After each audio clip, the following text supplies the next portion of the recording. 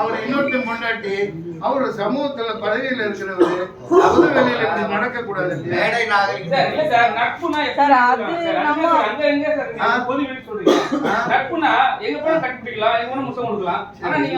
அப்படின்னா திருமணமான நடிகர்கள் வந்து படத்துல வந்து நம்ம பாக்கலையா சார்? அது என்ன சொன்னாங்க? வேற பொது வெளியில அது அநாகரிகம்.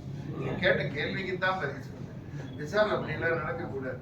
அவர் வீட்டுக்காரர் சுந்தருக்கு எவ்வளவு மனவேதனை அவரும் ஒன்னும் ரியாக்ட் பண்ணவே இல்லை சார். அப்படி இல்லை, என்னதான் நடிகையா இருந்தாலும் அவர் கண்ணகியா வாழ்ந்துட்டு இருக்கேன்னு அவங்க குறிப்பிட்டிருக்காங்க. பொது வெளியில ஒரு கண்ணகிய ஒரு கோவலன் இல்லை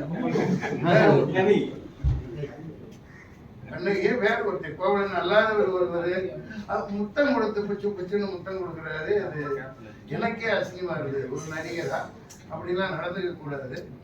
உடல்நிலை தேறிடுவார். சின்ன வயசுல இன்னும் கல்யாணம் வேற ஆகல. இது நடுக்குன்னா கல்யாணத்துல என்ன ஆகுது?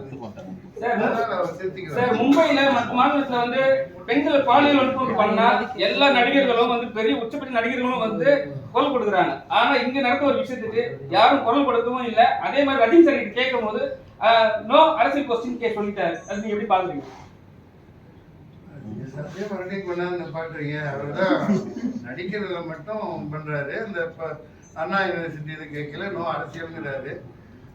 அதே அவரு பழைய இதுல கிளிப்பிங்ஸ்ல வருது, ராமையாண்டாலும் ராவணனாலும் நான் ராவணனோட ஃபேனு, நான் ராவணனோட பிரதிநிதி அப்படின்னு ஸ்ரீபிரியா வச்சுக்கிட்டு ஒரு இடத்துல சொல்லுவார். நான் ராமன் வந்து சொந்த பொண்டாட்டி சந்தேகப்பட்டவன், நான் ராவணை 14 வருஷம் பாதுகாத்தவன் அப்படின்னு நான் ராவணன் அப்படின்னு காட்டிக்கிறாரு திரைப்படத்துல.